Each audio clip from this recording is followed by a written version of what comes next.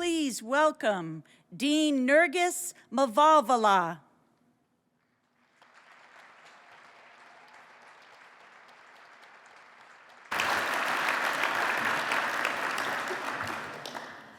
Good morning, everyone. Wow, look at you. So I spent a lot of time thinking about remarks for you today. I didn't account for the fact that I might have to cry. It's so beautiful to see you all here, so welcome.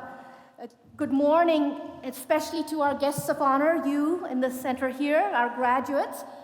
Good morning, parents, families, and friends gathered to witness and celebrate with the MIT graduates of 2022. This is our first in-person gathering of this and celebration of this milestone since 2019. So I also want to take a moment to pause and recognize and applaud our graduates from the classes of 2020 and 2021, who were your colleagues, your lab mates and friends who weren't able to have an in-person celebration of their wonderful achievements.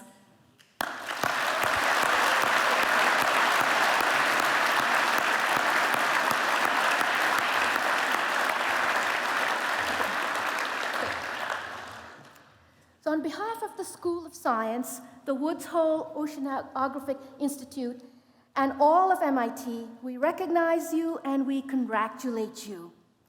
It's a tremendous pleasure to gather here with you all today to celebrate your graduation from MIT, which was also my alma mater, but a long time ago. Okay. Graduates, congratulations, you've done it. Families, congratulations and thank you. You've supported it. Faculty and staff, congratulations and thank you. You've walked this journey with one more class. And let us also offer a round of applause and thanks to the dedicated staff who've put together today's inaugural degree ceremony for the School of Science. So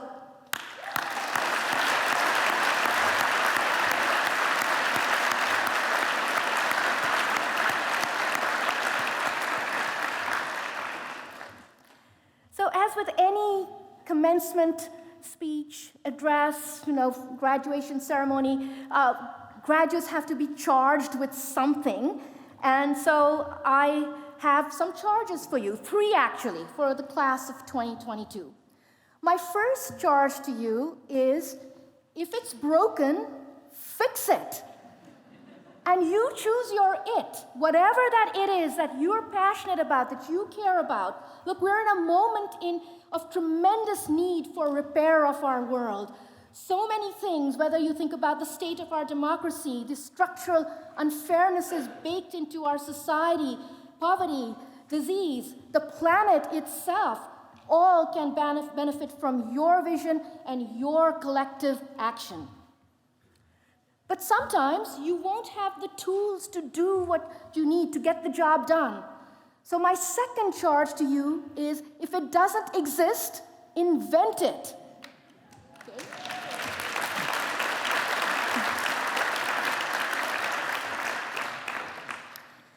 And my third ask of you is to pay it forward and do it with love and inclusivity. All the mentors who have supported your time here, they've given you an immeasurable gift. Honor them and yourself by paying it forward to those who come after you, who need your help, your mentorship, your support, your love. And bring into your circle people who are different from you and bring different gifts from yours. Lead with love and welcome of all, and that will help you build richer, cleverer, and more meaningful things. It'll help you invent. Now, I know you're up to this challenge. During the time that you have completed your graduate studies, the world has been difficult. A global pandemic has raged that has changed how we live, how we work, how we feel.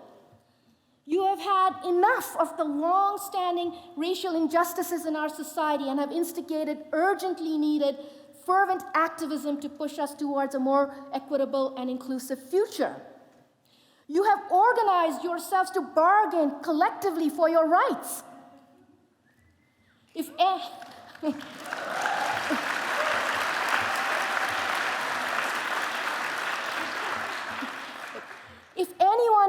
equipped to navigate an uncertain future and to unselfishly work towards a better world? You are. Now, back in the 1990s, I was a graduate student here in physics at MIT, and I was working on the search for gravitational waves. At the time, it was seen as unlikely to succeed, and everyone who worked on it, including my PhD advisor, Professor Emeritus Rainer Weiss, and myself, and all of my group, we were viewed as sort of a ragtag team of mavericks who were pursuing some impossible dream. For the past 3 decades, I've worked on the search for these elusive gravitational waves, and I've had the incredible privilege of being part of a large collaborative team that discovered them in 2015. 100 years after Einstein predicted that gravity could be wavy. Okay. These waves are emitted when stars collide, but they were so faint that Einstein himself dismissed them as having no practical use. He was wrong about that. Gravitational waves are indeed faint, and it has taken decades to develop the technologies needed to detect them. When we first observed them in 2015, we had to use technologies that we had invented. Don't forget, invention is important. Cleverness is what we're about here. And we used these technologies. Along the way, we had many failures, many things that were broken that had to be fixed. But when we succeeded, we changed how humans observe the universe. We had really begun a new way of looking out into the universe, a new type of astrophysics. We detected gravitational waves 25 years after I began my PhD. My PhD advisor told me that my thesis could be on the first signals of gravitational waves. Thank goodness it didn't take me that long, and I hope it took none of you that long either. Now, I will confess that if I had known at the outset how long and how hard it would be, I might not have embarked on this quest. I definitely did not plan the trajectory that my life and my career has taken me on. So I want to take this moment to reassure you, if you haven't planned out the rest of your lives on this, your graduation day, that's okay. It's probably even good. Although this milestone today is called commencement, it really isn't the start of something scary and new. You might just think of it as a particularly fun, amazing, happy day in the middle of a fascinating project you've been working on all of your life and will continue to work on. And that is your personal education and a lifetime of learning and growing in directions you cannot know or predict today. On my own journey, along with my students, I have learned to explore the unknown, to take risks, to break, to fail, to fix. I have learned that clever ideas can solve even the hardest puzzles, and that the hardest puzzles seed incredible creativity. Most importantly, I have learned that clever ideas are everywhere. And I do mean everywhere. All around us, there is untapped brilliance that does not find expression due to lack of opportunity or due to our own myopic lenses. Ingenuity and excellence are all around us, and we just have to look with our eyes wide open. And you have taught us to do that, you, the class of 2022, and your colleagues. We will never achieve our full potential for success and our quest for equity here at MIT or anywhere if we don't bring into our institutions tremendous talents among the people who may be very different than ourselves. Now, as a scientist, I use math and equations to guide my work in the lab and my understanding of nature. There is one principle that has guided me more than any other, and ironically, it is represented by an equation that is mathematically incorrect. My apologies to our math colleagues. It is the Buddhist principle that we are all one. For the humans on this planet, that would mean 7 billion of us are equal to 1. Yes, I know the math doesn't add up, but we are all one, and the oner we are, the better we will be together. The discovery of gravitational waves, part of my scientific journey, was a monumental team effort. The team, the people that nurtured the ingenuity and inventiveness that was needed. I hope here at MIT you've experienced the oneness of teamwork and the euphoria of discovery and breakthrough. and that those will sustain you even when the daily struggles seem overwhelming. Now you have the opportunity to take this extraordinary education you've received and move forward in your life with integrity, kindness, awareness, and agency. If you collaborate with people, if you mentor them, if you are mentored yourself, promote others who have walked a different journey than yours. Harbor those who need refuge and haven. If you stand up to the forces that destroy equal opportunity for everyone, you will create a better world. You will change the world for the better. Today's commencement speaker, Amgen Professor of Biology Emerita, Nancy Hopkins, has done just that. She's done that here at MIT. She has fixed, she has invented, and she has paid it forward many times over to you and to me. Over the course of her exceptional career, Professor Hopkins has overturned assumptions and defied expectations at the lab bench, in the classroom, in academia, and beyond. She has made profound impact on the life sciences with her research as a cancer biologist. After arriving at MIT in 1973, she set to work mapping RNA tumor virus genes before switching her focus and pioneering zebrafish as a model system to probe vertebrate development and cancer. In her career at MIT, the collaborative environment at the MIT Center for Cancer Research, which later became the Koch Institute for Integrative Cancer Research, allowed faculty, including Nancy Hopkins, to share ideas and push each other to see problems in a new way. She was part of the famed fifth floor research group at the Center for Cancer Research, and one historic fifth floor group meeting in the late 1970s laid out the groundwork for what would later become the mRNA vaccines that are preventing serious illness and death today in the fight against COVID. Professor Hopkins is a member of the National Academy of Sciences, the National Academy of Medicine, and the American Academy of Arts and Sciences, and an elected fellow of the American Association for Cancer Research Academy. In addition to being a groundbreaking cancer biologist, Professor Hopkins has pioneered the fight against discriminatory practices in science. Her experiences in male-dominated fields and institutions led her to catalyze an investigation that turned into a groundbreaking report in 1999 on the status of women faculty in the School of Science at MIT. These findings spurred universities worldwide, including MIT, to establish ongoing efforts to improve gender equity. Right around the time that Nancy's famous report came out, I was a postdoc at Caltech, and then soon after that, I was a brand new faculty member here at MIT. And I would visit other universities to give talks and seminars, as we windy academics do. And I often met with women in physics groups. Almost every time I met with female faculty, postdocs, and students, they would ask me, "Do you know Nancy Hopkins?" At the time, I could only answer that I knew of her and her work. But even with that admission, their eyes would gleam with excitement and admiration. I felt like she lifted me up just by this distant association with her.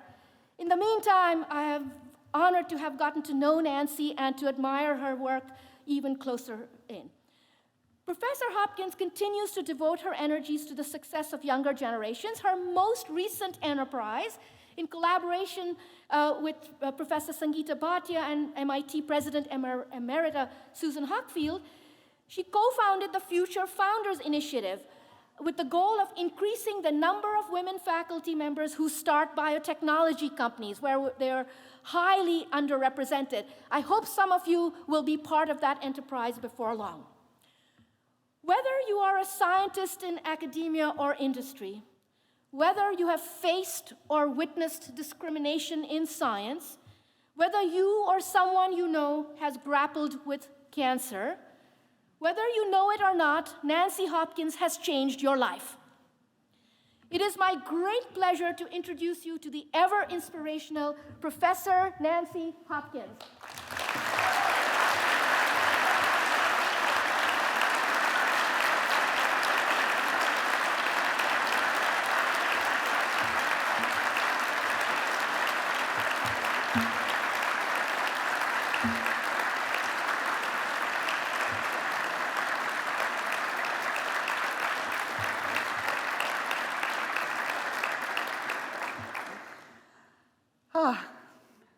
Thank you so much, Dean Mavalvala.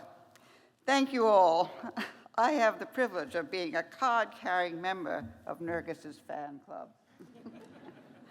Imagine how honored I am just to know her, and how honored I have been to be invited to be with all of you today, as we celebrate something truly important, your achievement of an advanced degree in the presence of your family and friends.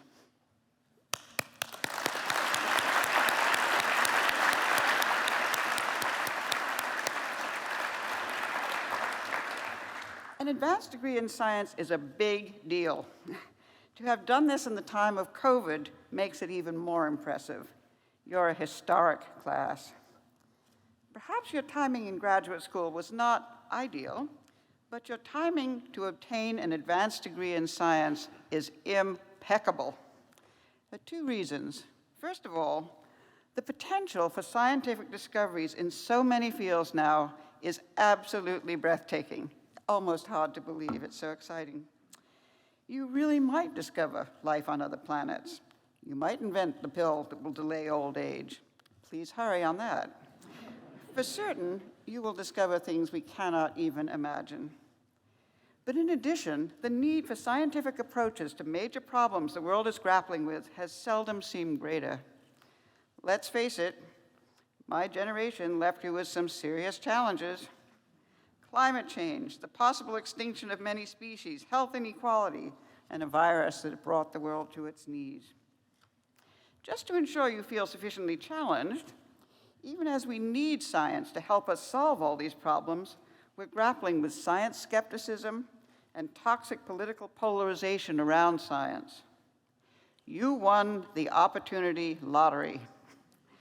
It's the best possible time ever to have been a scientist, I think. But you also won the responsibility lottery. You may be the last generation that can save the planet, can save the ecosystem, can save democracy. Graduation speakers are urged to advise young people at this juncture in their lives, particularly about launching a career. So why, you may be asking yourself, did the dean select this grandmotherly-looking person for this task? Good question. Perhaps Taylor Swift was not available. During my years on the MIT faculty, I was a molecular biologist, and like you, I was at the cutting edge of science. It was my passion throughout my career. But as the dean indicated, I had a second, totally unexpected career at MIT as an activist for women in science. I suspect she wants me to tell you about combining two careers like that in science. This is a very personal story and relevant to my being a woman at a certain time in science. It speaks to the powerful allure of science and to issues for women. But I mean it to be more than that. I hope I will leave you thinking about, more broadly, the possibilities for science to lead the way for social change. It may enrich your career as it did mine, as you will see from this funny story. I hope funny. I fell in love with molecular biology at age 19 as an undergraduate course at Harvard taught by James D. Watson, yes, that James D. Watson, the co-discoverer of the structure of DNA. In a single hour, he convinced me that DNA was the secret of life. It was 1963, the genetic code was still being cracked, but already you could imagine that one day we would find the genes for everything, maybe even cancer genes, perhaps a math gene. I raced to Watson's office and asked to work in his lab, and he said yes. Passion for science has driven my life ever since. As many of you who are graduating here today already know, falling in love with science is easy. Finding a path to being a scientist can be tricky.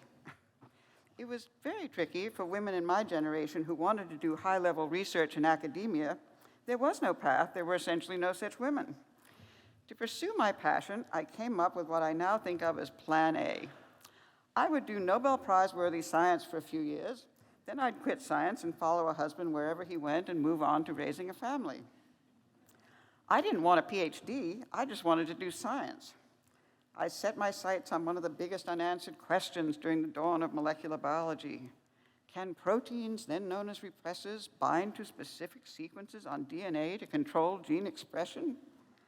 I found a promising junior fellow at Harvard, a man who was equally ambitious and equally obsessed with this problem, and I convinced him to hire me as his technician.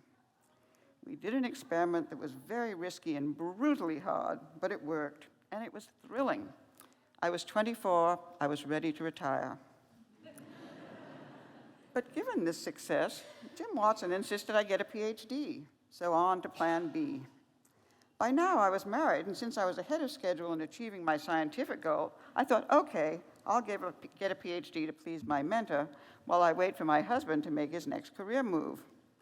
I ground through the PhD requirements, you know the drill, and even had time to start a postdoc learning methods for working with cancer cells and their viruses.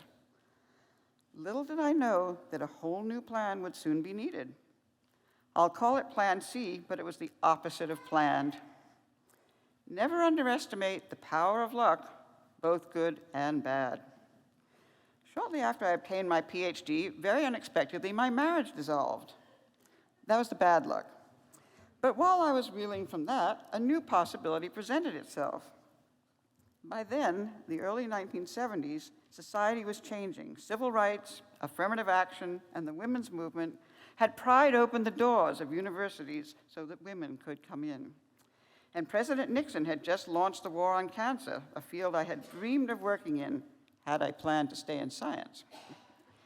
The molecular biology of cancer field was about to break wide open, and I was being recruited to a job at MIT to work in its spectacular new cancer center. Talk about good luck. My unplanned divorce had even solved the intractable problem for so many women in my generation of how to combine children with high-powered careers in science. I would not have children. Took care of that problem.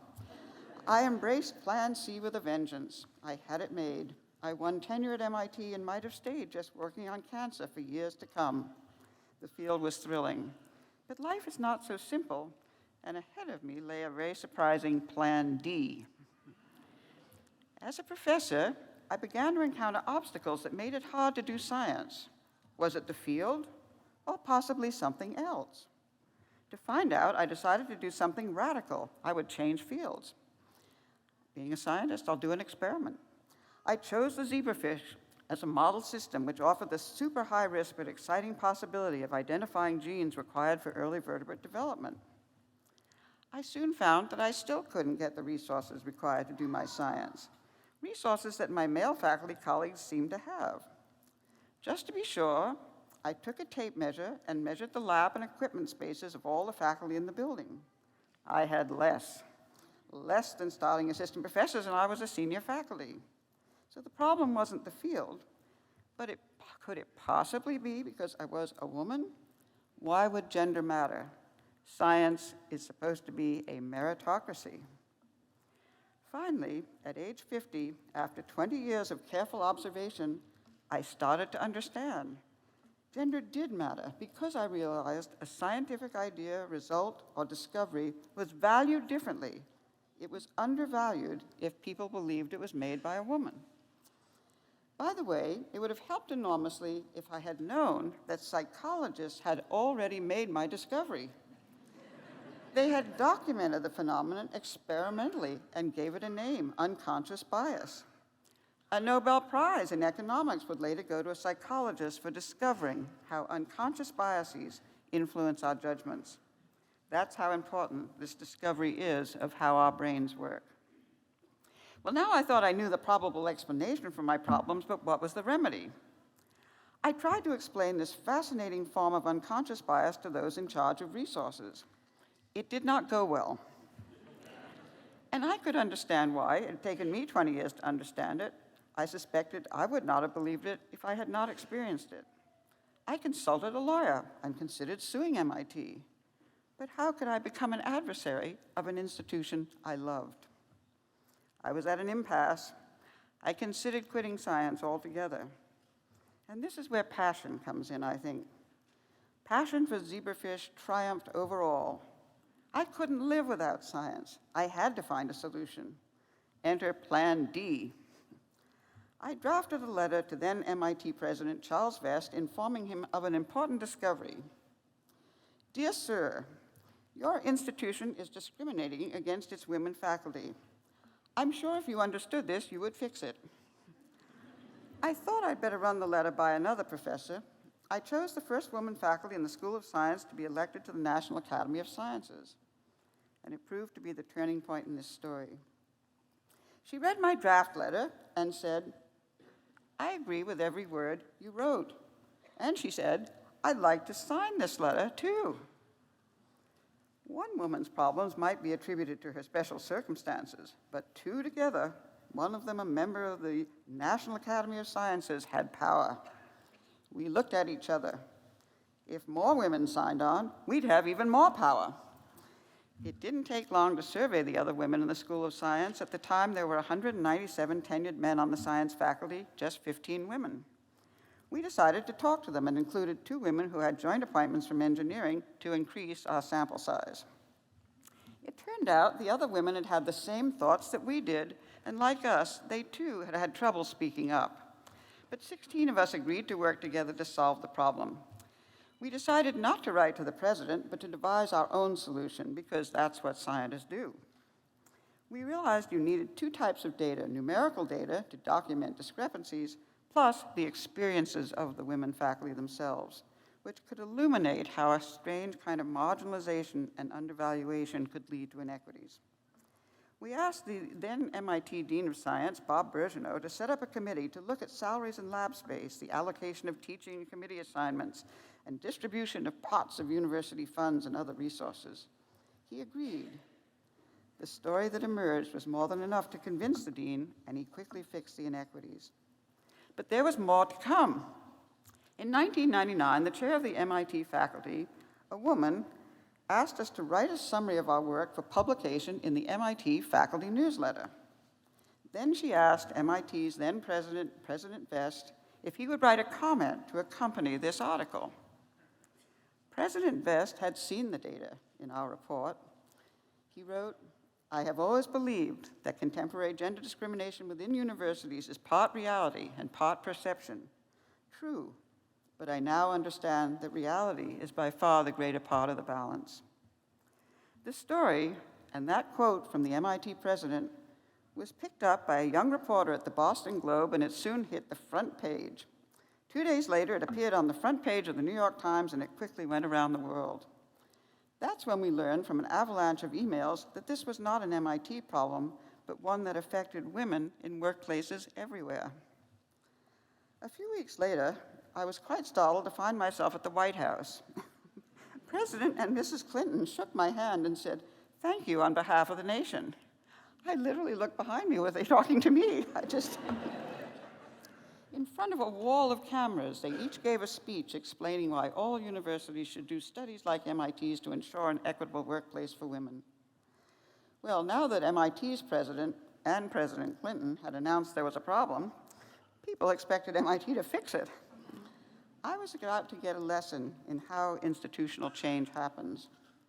President Vest and his provost and chancellor appointed me in a committee of senior women and minority faculty to work with the MIT administration to devise institution-wide remedies to prevent and correct the consequences of unconscious biases on faculty's careers. The approach, of course, included a lot of data gathering to ensure equity in resources and hiring for all faculty, rewriting family leave policies, building daycare on campus, recruiting women and minority faculty to power administrative positions. And all of these efforts have continued to this day and expanded in successive administrations of Hockfield and Rife. You probably aren't surprised that MIT has had a woman president and a woman dean of science, or that 5 of 9 department chairs in engineering today are women, and several of the 9 are people of color. I bet you aren't surprised that today junior women faculty routinely take family leave, have babies, and go on to get tenure. And male faculty are perfectly comfortable pushing baby carriages on campus or asking for time off to care for a child. In my generation, such things were rare, even unimaginable. Today, they are the norm. The world has changed just in time for all of you. Not everything is fixed, of course. We left that to you. Today, 20% of MIT science and engineering faculty are women. But to me, that number is less important than the fact that every one of you graduating today can become a professor, could win a Nobel Prize, and can have a family too if you choose. It's well known, and research supports it, that when you equalize opportunity for historically underrepresented people, you actually make life better for everyone. The women often were just canaries in the mine. And what about those 16 women who first worked together with MIT in the 1990s, the ones who had been afraid to speak up for fear of being branded as whiners and losers? 4 of the 16 women won the US National Medal of Science. 11 of us are members of the National Academy of Sciences. P.S., with more space for fish tanks, that high-risk zebrafish experiment worked. When this work started years ago, I thought I understood the marginalization and undervaluation of faculty who are not part of the majority group. But I learned that each group that is not part of the majority encounters unique obstacles that can be invisible even to others who have been marginalized. As one African-American colleague, Professor Wesley Harris, told me, "You have to walk in my shoes." If only there were a gene for learning to walk in other people's shoes. So what relevance do my 2 careers in science have for you, those of you graduating today? Being a scientist was certainly the greatest privilege of my life. Whether you become a basic scientist, an applied scientist, work in government, science policy, education, teaching primarily, you all share this privilege too now. Finding a path can be bumpy, but science is designed so people can change directions. There are many second chances. Plus, you have the best support network I know of. The faculty you worked with and your fellow students will be your mentors, your colleagues, and your friends for life. So just keep looking for the thing that's so exciting it doesn't feel like work, and go for it. And what about Plan D? I and my women faculty colleagues just wanted to be scientists. But we came upon a different kind of problem that couldn't be ignored. Individually, we weren't able to solve it, but collectively, using our training as scientists to analyze problems, we found a way forward. Looking back, you could almost write a protocol. Work as a group, collect numerical data and personal experiences, use a common language to recruit powerful champions who can make change, use carrots and sticks as needed, and keep paying attention, because without energy, things can default to the status quo. As in science itself, fixing is a work in progress, still evolving. All we know for sure is that time alone doesn't fix complex societal problems, people do. You, who are graduating, are a group of very special people with the scientific skills to solve hard problems. But science, in the narrowest sense of the word, is usually insufficient to solve problems that interface with society. Remember, as scientists, you're uniquely equipped to advance the importance of evidence in decision-making and in problem solving. Right now, your job is to focus intensely on your path in science and in your personal lives. But your generation is well ahead of mine in valuing diversity.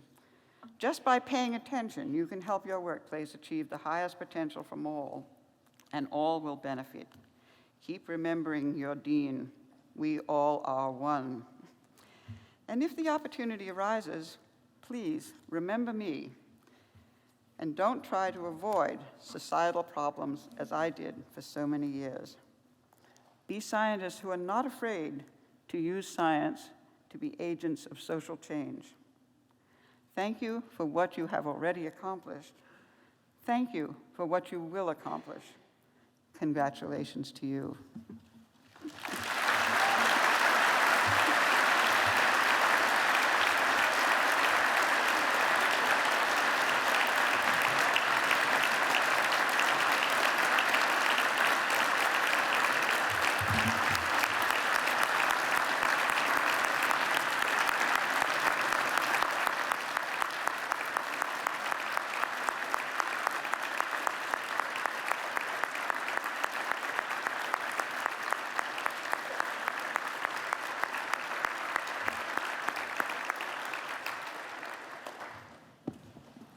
Wow, it's hard to know what to say after that. That was amazing. Thank you so much, Nancy. It was really wonderful to hear your story firsthand. I hope there are lessons for all of us in there. And now, on to the reason we are here today, our graduates. So here comes a slightly peculiar formal part. If you think these hats and things are funny, here's something even more formal. So I have to make an announcement that makes this all official. The faculty of the School of Science are declared convened. You feel convened? Yes, good. Together with this assembly, do you feel assembled? Good. For the conferring of master's and doctoral degrees, including the investiture of the doctoral academic hood, these things. Okay, the academic hooding ceremony is a symbol of dedication to scholarship and attainment of the doctoral requirements defined by the academy. That would be all of us. It sounds ominous, doesn't it? I'm really proud to now introduce you to MIT's newest scholars. We will now begin with our ceremonies of giving you your degrees and your hoods.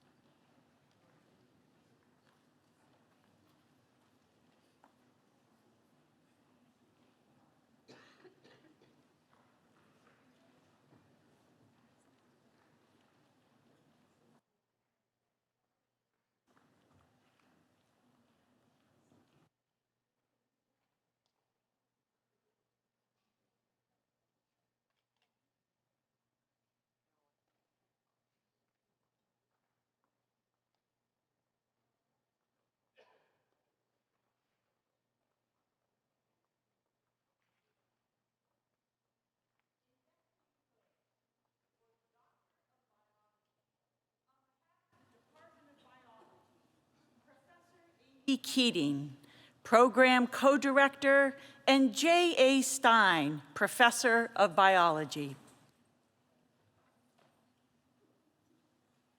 Lena Karin Afeyan.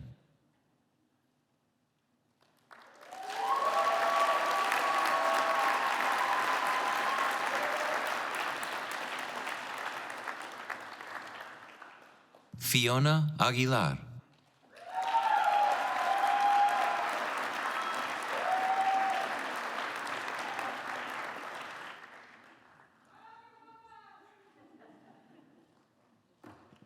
Ethan Alexander Garcia Baker.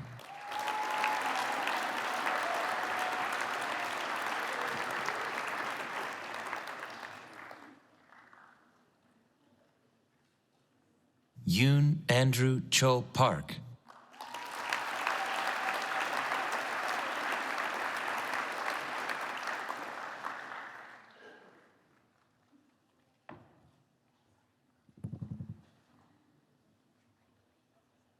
Amanda Cruz.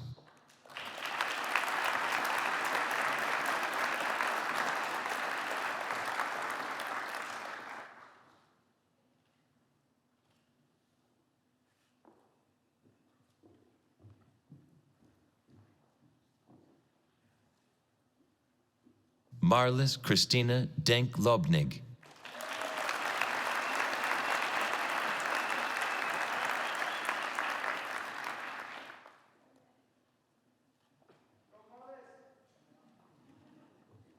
Shin Gu.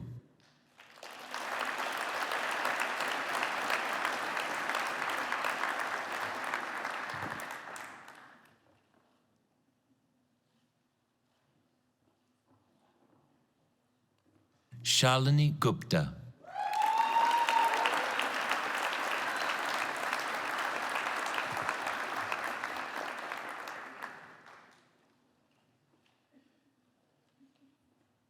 Teresa Huang.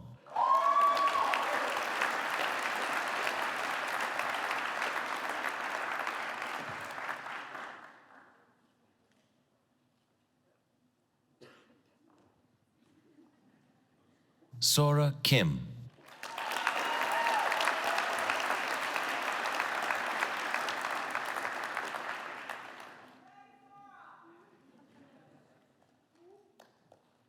Elaine Yi-Xuan Kuo.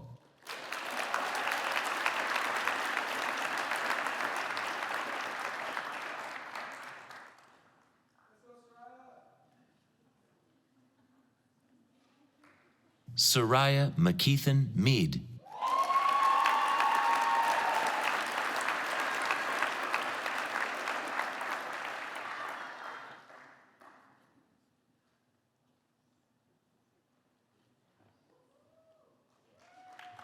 Christine Ann Mumau.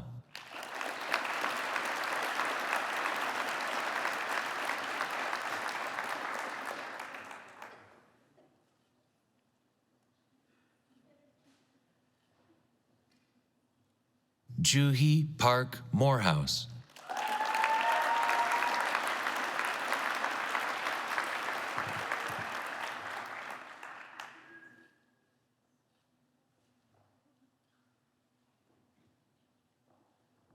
Alexandra Patricia Navarro.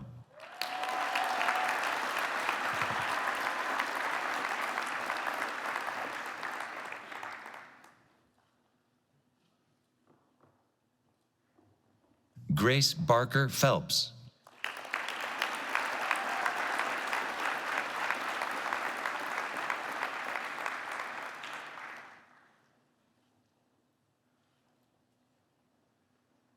Tyler Smith.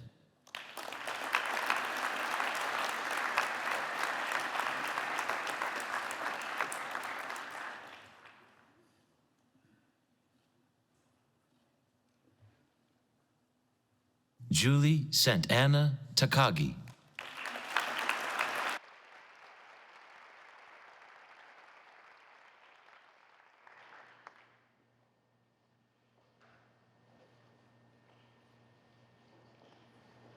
Mary Catherine Thompson.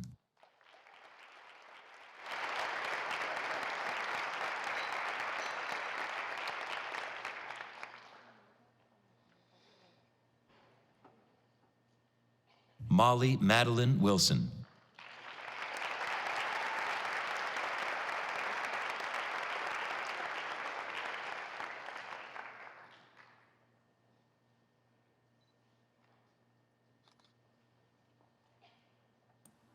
Investing Hoods for the Doctor of Philosophy on behalf of the Department of Brain and Cognitive Sciences, Professor Rebecca Sachs, Associate Dean of the School of Science, and John W. Jarve, Professor of Brain and Cognitive Sciences.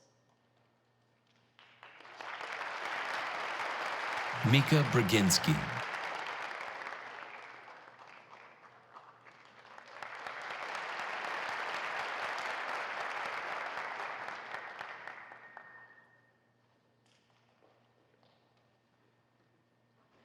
Alexei George Schwery.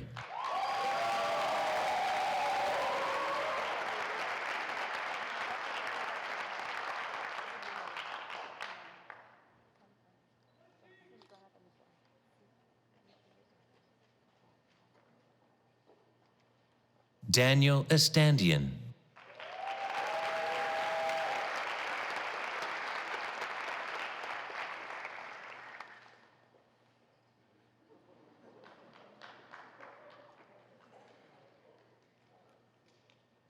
Caitlin Michelle Flick.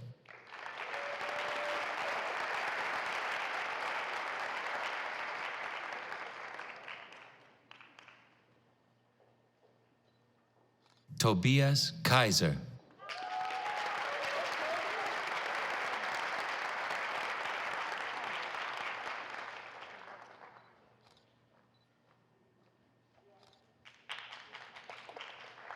Heather Lynn Kozakowski.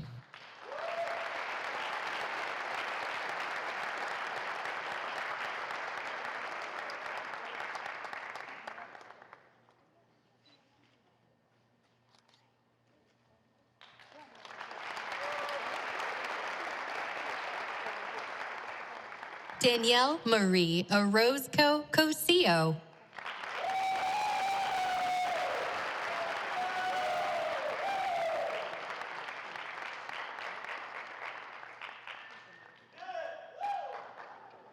Eli Barton Pollock.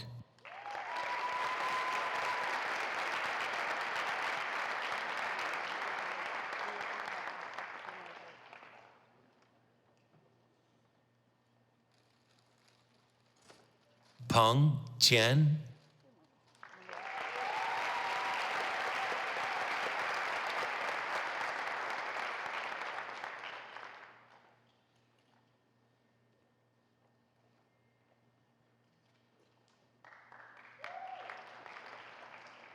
Martin Schrimpf.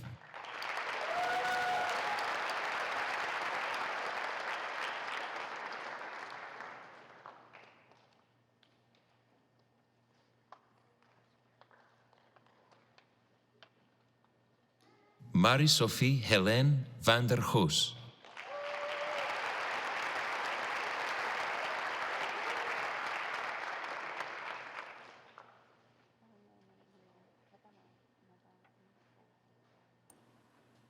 Investing hoods for the Doctor of Philosophy on behalf of the Department of Chemistry.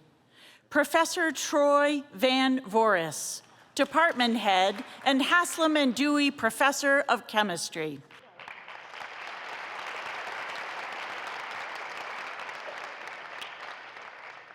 Grace Putka Alkvist.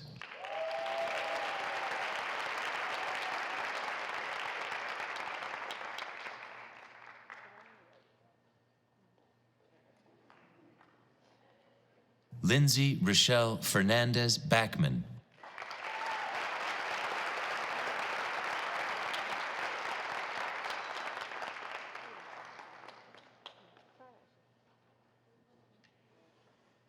Ulugbek Baratov.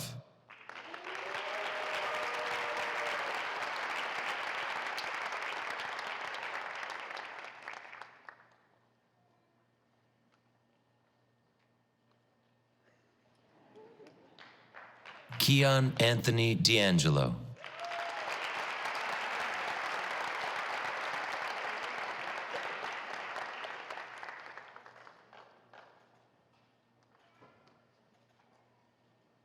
Sheng Feng.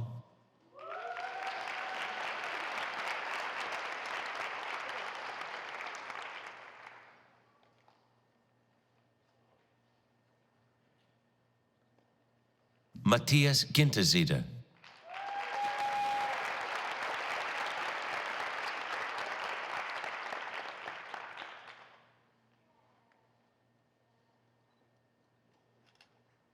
Jesse Gordon.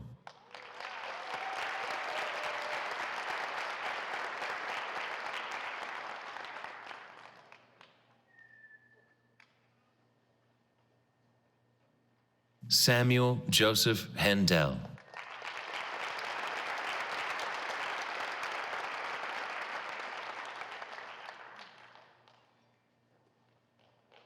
Zhongling Jiang.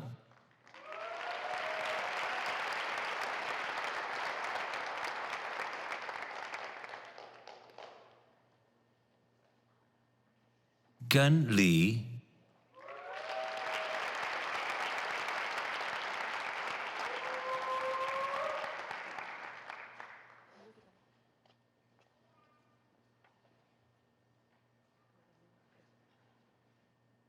Dina Al-Mahbouba.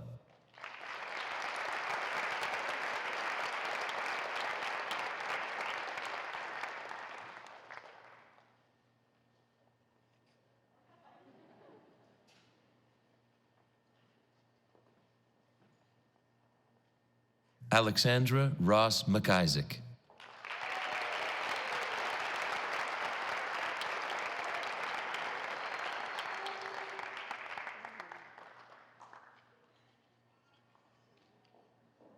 Sarah Jane Meir.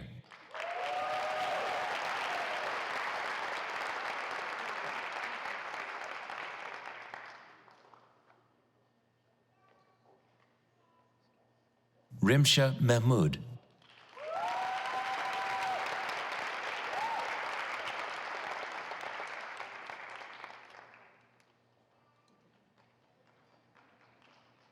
Jaw Pon Mien.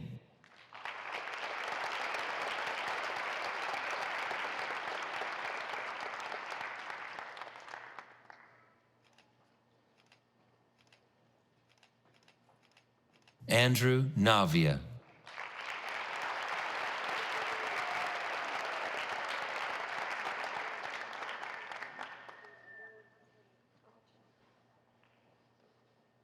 Wacharapon Paritmonkon.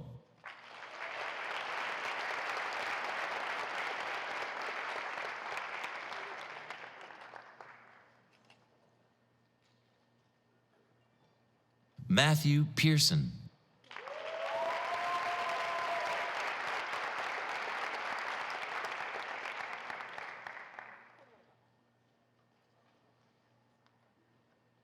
Yifeng Qi.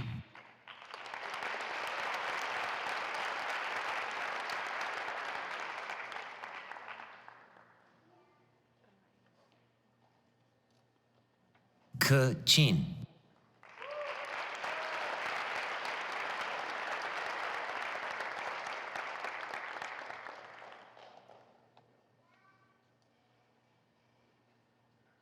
Jae Yoon Ryu.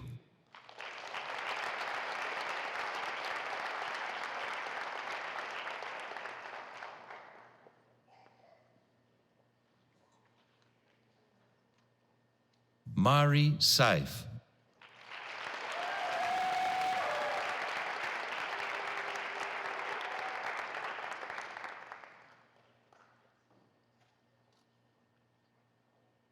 Carly Catherine Schissel.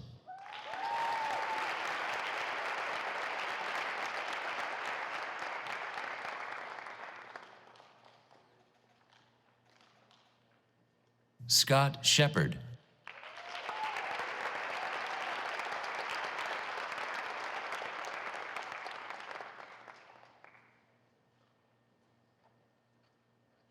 Arun Sridharan.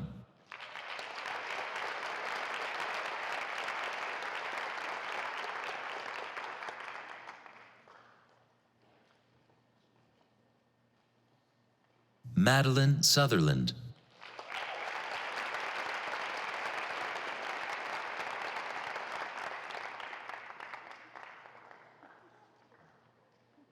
Wonsong Wang.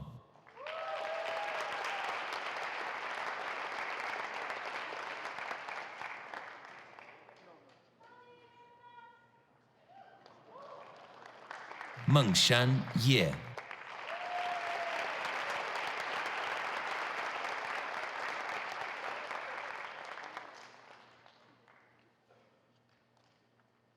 Kosuke Yoshinaga.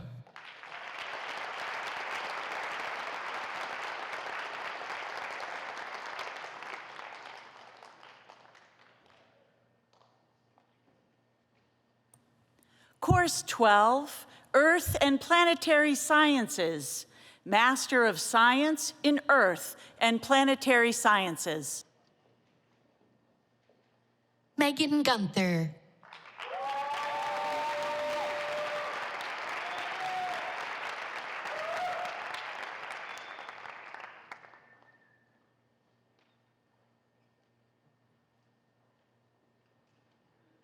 Matilda Emily Pauline Wimez.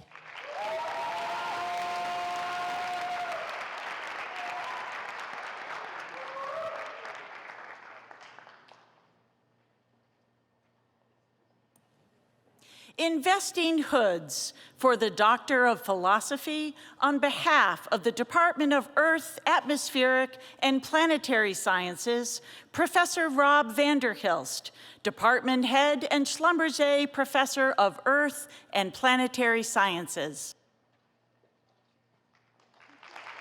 Eric Bose.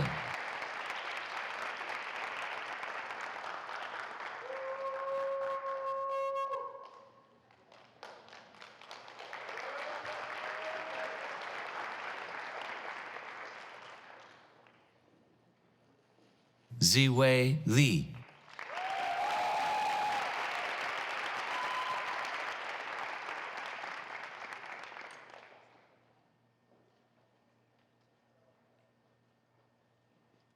Kaue Borlina.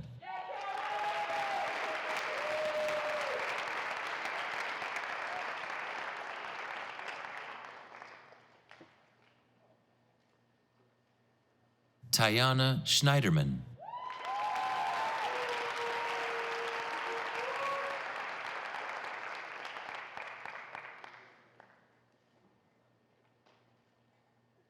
Rohini Shivamogi.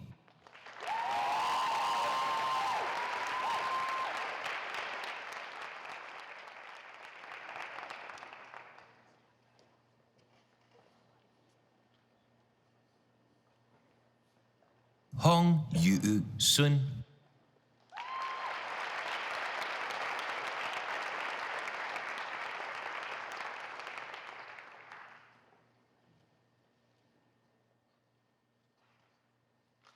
Ji Hyun Young.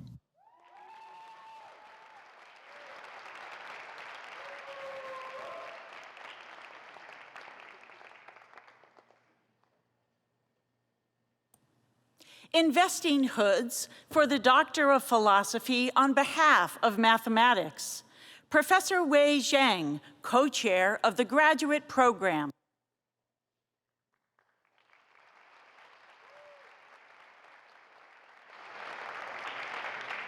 Ibo Gao.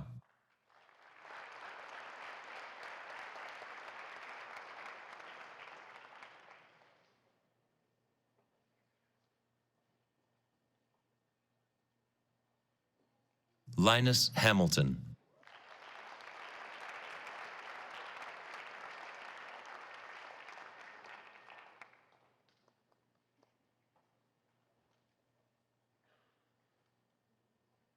Kai Huang.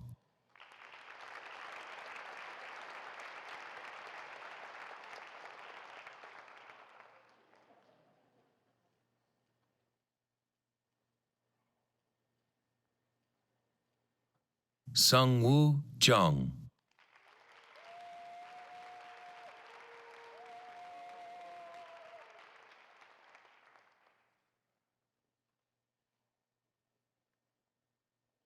Pakawut Jiradilok.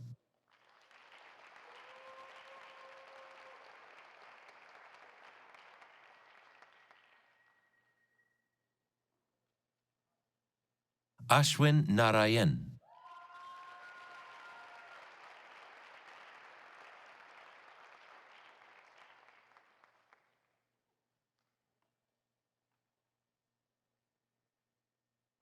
Dominic John Skinner.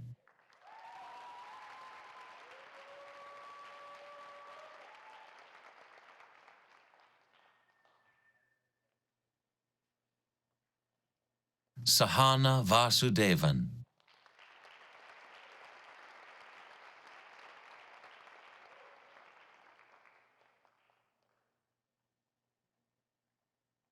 Araminta Amabel Wilson.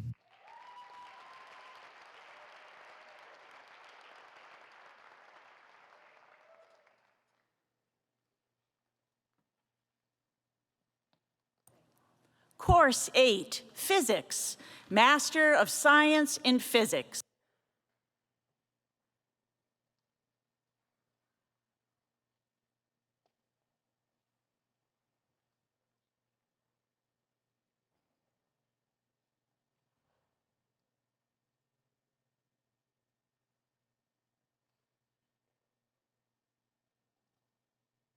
Araminta Amabel Wilson.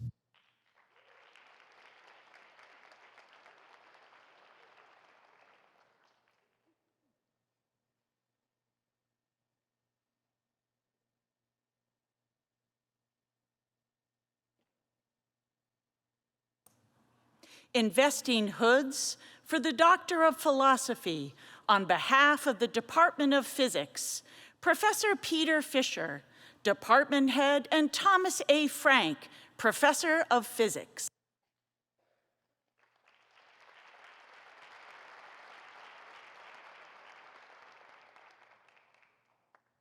Karina Ayello Belvin.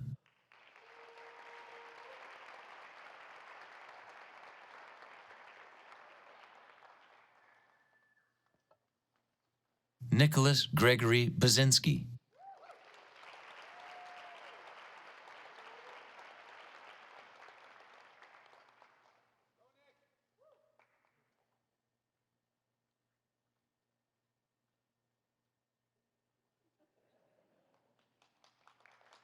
Emily June Crabb.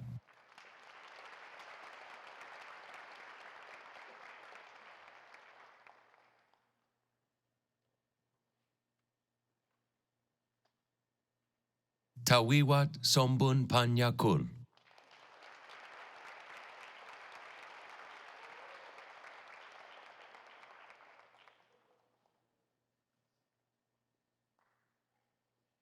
Her Jun Suk.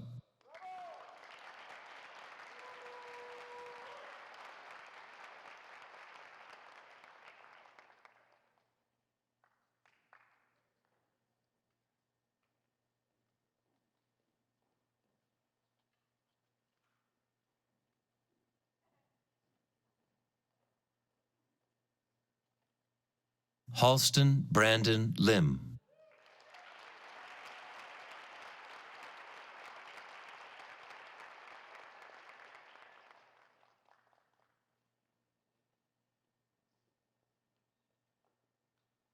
Susanna Fraker.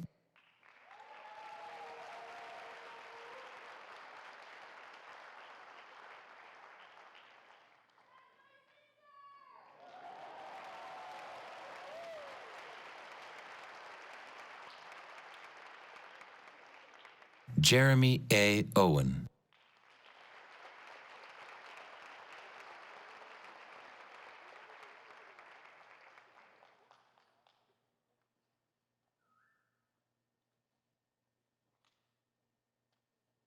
Mehdi Solimanifar.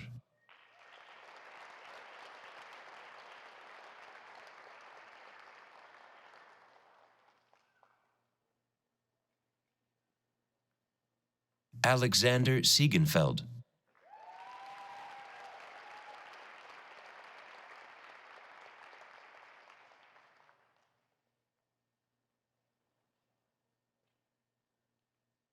Michael Austin DeMarco.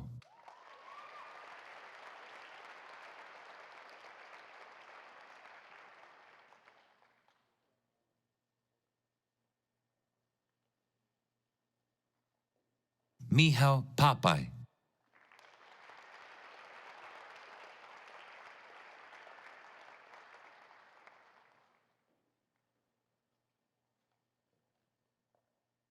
Nicholas H. Rivera.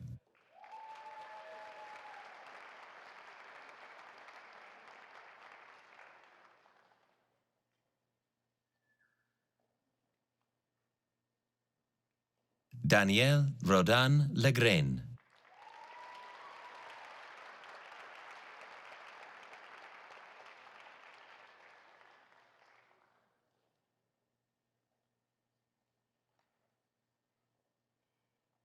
Ali Fahimnia.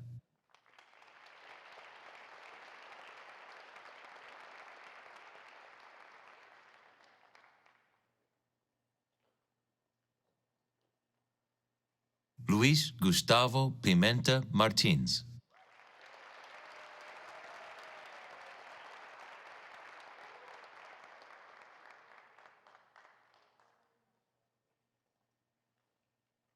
Francesco Shortino.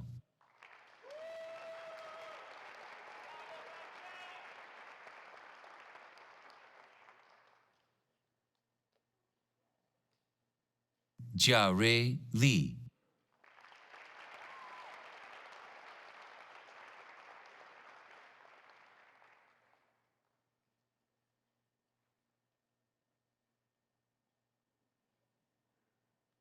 Samuel Aaron Weilau Leuthäuser.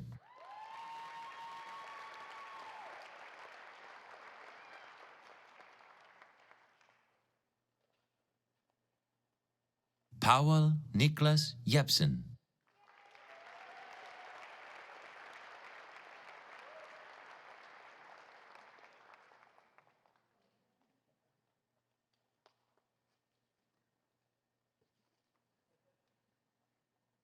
Aphrodite Papadopoulou.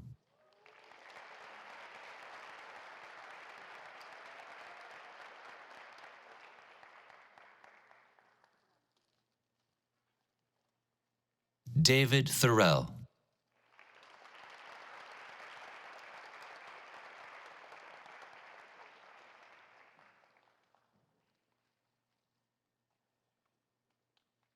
Zhao Zhong Shi.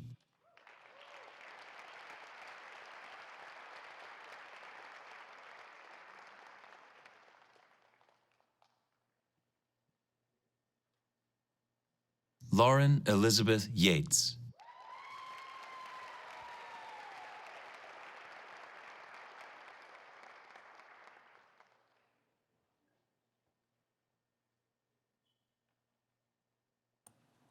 Investing Hoods for the Doctor of Philosophy on behalf of MIT and the Woods Hole Oceanographic Institute. Professor Ed Boyle, Joint Program Director.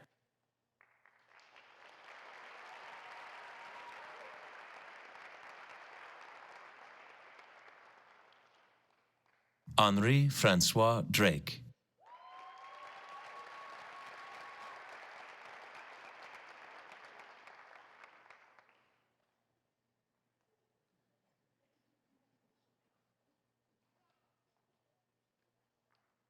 Michaela Fendrock.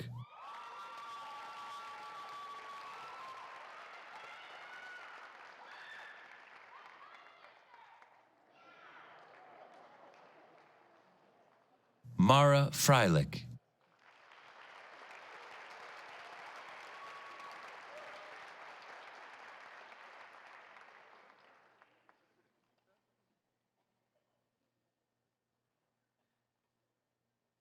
Jolene Heydrich.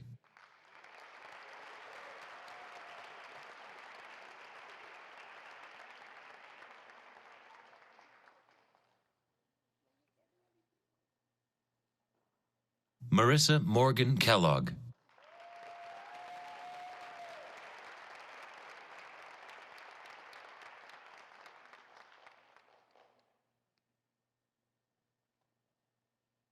Sharon Yo Xian Look.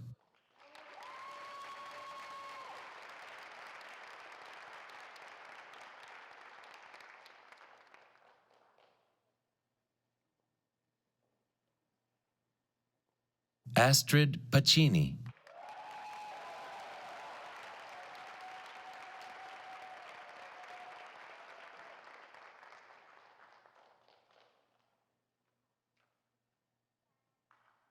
Taylor Ray Sahine.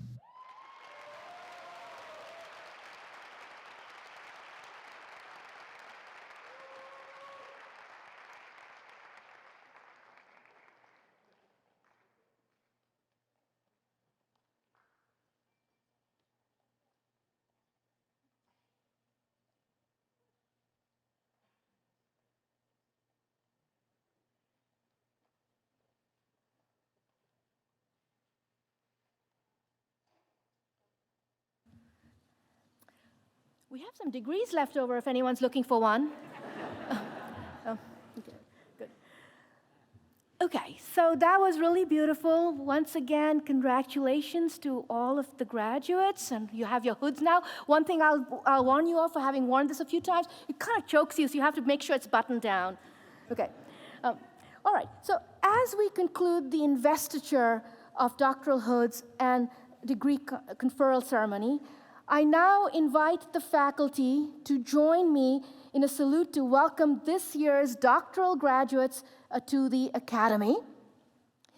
We also congratulate our master's degrees candidates for their outstanding academic achievement. With your graduation today, the faculty of this institution recognize the achievement of our advanced degree candidates. Congratulations to you all.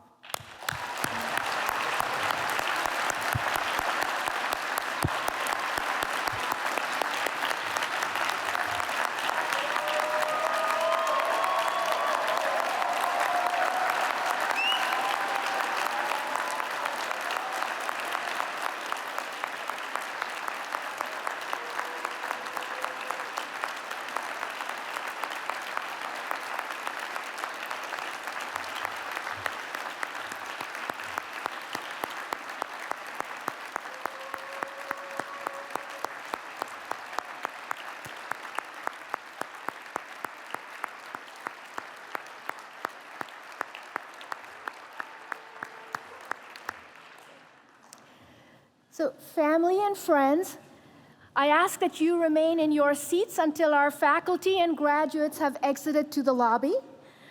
Once they have exited, please join us for lunch reception in the Johnson Rink, which is kind of just to your left after you exit this building. I hope we'll see you all there.